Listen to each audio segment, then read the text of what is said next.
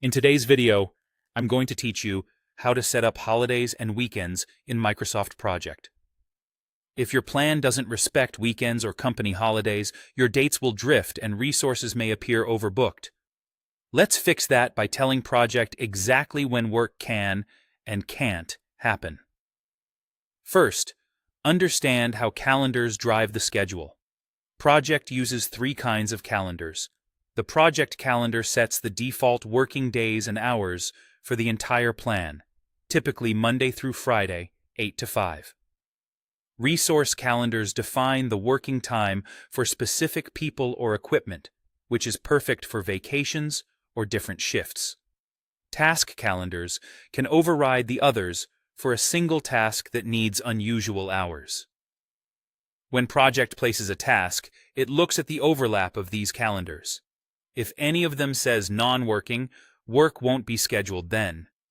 Next, set weekends and workdays to match how your organization operates. Go to Project, then change working time. In the For Calendar list, pick the calendar you want to edit, usually the project calendar. Open the Workweeks tab and click Details. Select the days you want to change, such as Saturday and Sunday, and choose non-working time to keep them as weekends. If you run a 6 or 7-day work week, choose set days to these specific working times and enter the hours you want. You can also make certain weekdays non-working the same way. Click OK to apply your changes. This ensures your baseline schedule reflects your actual operating pattern.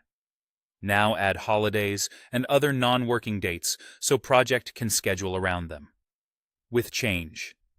Working time still open, confirm you're editing the right calendar, then go to the Exceptions tab.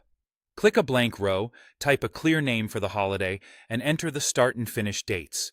For a one-day holiday, those dates are the same. If the holiday recurs every year, click Details and set the recurrence pattern so you don't have to add it manually in future years.